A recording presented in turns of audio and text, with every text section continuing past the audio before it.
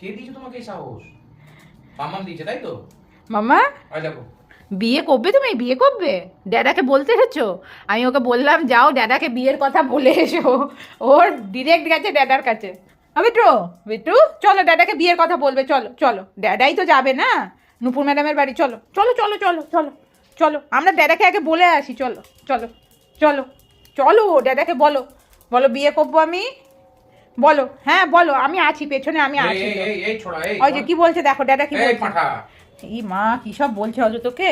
হ্যাঁ পাঠা আগেকার দিনে এদেরকে বলা হতো যারা দেখো বলতে চাইছে তোমাকে বিয়ের কথা। বিয়ে করতে বারণ করেছি আমি। বিয়ে করা খুব কষ্টকর, ঠিক আছে? না না, তুমি তো, বিয়ে একদম তুমি করতে বিয়ে নেই। করা কষ্ট করি বা বলছো কি জন্য? বিয়ে হ্যাঁ? করলে আগে তুমি নিজেকে তৈরি করো যে তুমি কোন বাউন্ডারির মধ্যে থাকতে পারবে কিনা, তারপরে তুমি বিয়ের কথা ভাববে। খুব খারাপ লেগেছে কথাটা। কোনোদিন বাউন্ডারির মধ্যে থাকতে